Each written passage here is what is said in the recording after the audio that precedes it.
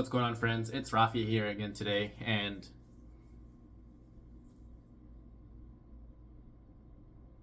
you're being lied to. You've been told that sleep is optional and that you can sleep when you're dead.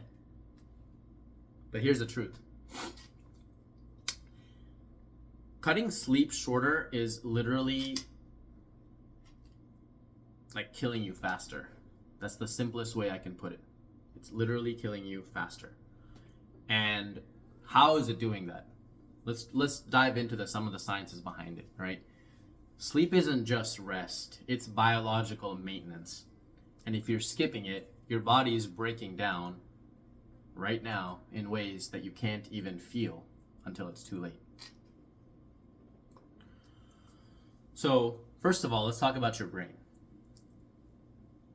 You know that foggy feeling that you get when you've had like not a good sleep last night, right? It's not just in your head, it's actually your neurons misfiring.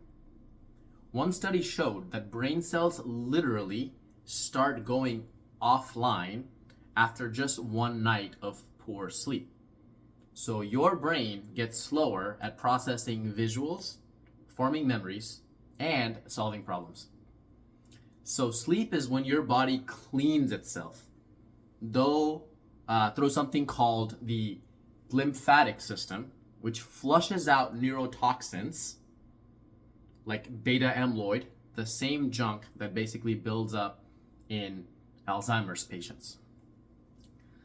So what does less sleep actually mean? Less sleep means more plaque and higher risk of dementia. And what's even scarier is that sleep-deprived people can score worse on cognitive tests than someone who is actually legally drunk. So think about that for a moment. And now let's talk a little bit about sleep and its impact on your mood. So sleep loss turns you into an emotional time bomb, basically. Your amygdala, which is the emotion center of your brain, becomes 60% more reactive. Your prefrontal cortex, the part that keeps you rational and cool-headed, it's basically going offline. So this is why you snap at people, why small things feel overwhelming, why after a bad night, your day feels like a disaster. And depression? Let's talk about that for a second. People who sleep less than 6 hours a night are 3 times more likely to show clinical signs of depression. And insomnia is one of the strongest predictors of suicide. What about sleep's impact on the immune system? If you want to get sick fast, the best way you can do it is to sleep less than 5 hours a night. One study exposed people to a cold virus. Those who slept less than 6 hours were 400% more likely to catch it. Your immune system creates natural killer cells during sleep. The ones that fight cancer, for example. Just one night of poor sleep cuts those cells in your body by up to 70%. So what does this mean? Sleep less equals lower immunity, higher risk of everything, from colds all the way to cancer. So what is sleep's impact on metabolism? And now I'm talking specifically to all the fitness crowd out there, all the people that are insane athletes, basketball players, ultra marathoners, power lifters, all these guys out there. And I consider myself a fitness guy of some extent. Not very fit, but I try to be. And so if you think that, skipping sleep to work out more is actually helping you, you are very wrong. It's actually hurting you. And here's why. Sleep-deprived men have testosterone levels of someone who is only 10 years old. Growth hormones, slashed. Protein synthesis, totally impaired. Glycogen storage in your muscles are cut in half. Even your fat cells get confused. One study found that lack of sleep made fat cells 30% more responsive to insulin. And that is a fast track to predictables or pre-diabetes. And it gets worse. Sleep just 4 to 5 hours and your hunger hormone, which is called ghrelin, shoots up immediately. You eat more, you crave junk, and you store more fat.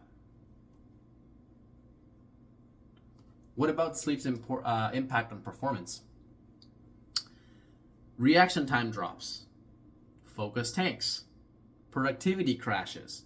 After 17 hours awake, your attention and reflexes are equal to someone with a blood alcohol level of 0.05. And after 20 hours of no sleep, that's 0.1, which is basically considered legally drunk. So sleep deprivation is behind hundreds of thousands of car accidents per year.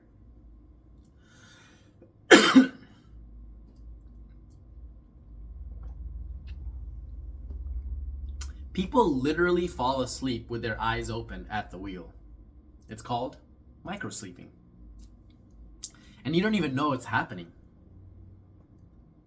And at work, a tired brain is basically a stupid brain. You make more decisions, or you make more mistakes as you're making decisions. You solve fewer problems, and you have less creativity. So all of these things are short-term immediate effects of sleep deprivation or not getting good sleep. So what about the long-term effects? How does it affect us in the long term? So here's the scariest part. Chronic sleep deprivation doesn't just make you feel bad. It is bad for you. It shortens something called telomeres, which are the protective caps on your DNA. Shorter telomeres basically mean accelerated aging. It increases risk of heart disease, strokes, cancer, obesity, type 2 diabetes, and Alzheimer's. It even messes with your genes. I'm not talking about the genes that you wear. I'm talking about your genetic information, right? Your DNA, deoxyribonucleic acid. Over 700 genes are turned on or off just after 1 week of bad sleep. Think about that for a moment. Genes play a lot of roles in how our body functions, how we operate. And if you've got 700 of them that are turned on, they're supposed to be off, or if they're off, they're supposed to be on, something like that, it's really affecting a lot of things inside of you, right? This isn't just about feeling tired. This is about staying alive. So, how do you fix it? Well, I have gathered research across many domains in sleep from people like Matthew Walker. He wrote a famous, very well-known book called Why We Sleep. Currently, I'm reading a book from Shawn Stevenson. It's called Sleep Smarter. And I've read some other sleep research as well, and I've basically accumulated what I think are some of the best sleep improvement practices that have been given by a lot of these authors. So I'll share them with you. So you can fix your sleep tonight if you want. Some things to consider doing is go to bed and wake up at the same time every day, 7 days a week. Your brain basically runs on a clock. So if you can set the clock and pace it accordingly, it's going to follow that pace. 7 days a week, wake up and go to bed at the same time. Don't use any screens 60 minutes before bed. No cell phones, no computers, no TV, nothing like that. And if you have to use some type of screen, use a blue light blocker for sure.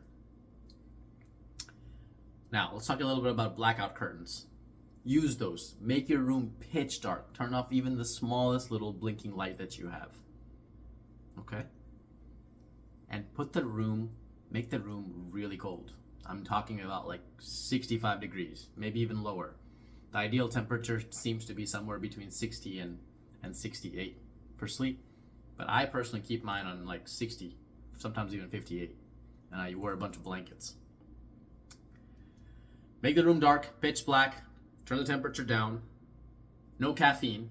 Caffeine has a half-life, so you want to make sure that you're not drinking caffeine too late into the afternoon. So for most of us that are going, following an average schedule, I'd say no caffeine after 2 p.m. just to be safe.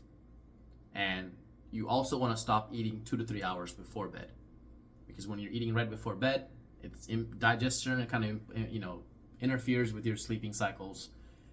Not to mention that you're not burning any of those calories at all, so you're just your body's kind of storing it as fat, really.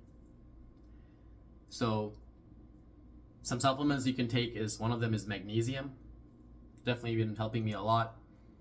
You can get morning sunlight to set your circadian rhythm in place. You get vitamin D from that as well, which is very beneficial for you in many different ways. And you can try a warm or a hot shower before bed. It's contrary to popular belief. I used to also think that taking a cold shower helps, but really taking a cold shower actually increases levels of cortisol in your body, stress hormone, and so you don't really want that. So you want to take a warm shower and let your body temperature cool down from that warm shower. And definitely ditch any kind of alcohol, any kind of weed, any kind of marijuana, all that kind of stuff.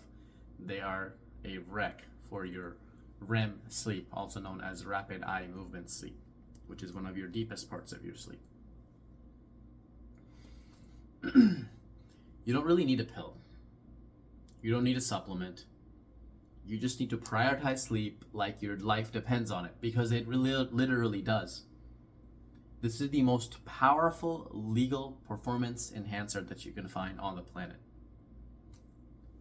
And if you want to dive a little bit deeper into this, have some conversations with me, ask me any questions about some of the research I've done in this, learn more, feel free to leave a comment, and I will send you the science-packed sleep optimization guide that I personally use, and that's helped me a lot.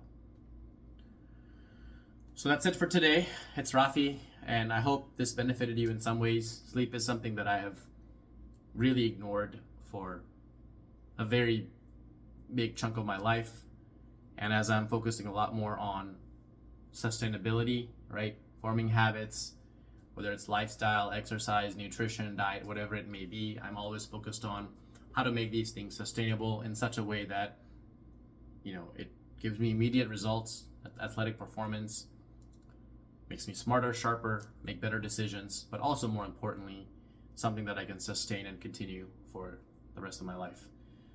So sleep is very high up there. I would say after nutrition, sleep is probably my number 2 most important focus that I think we all should have.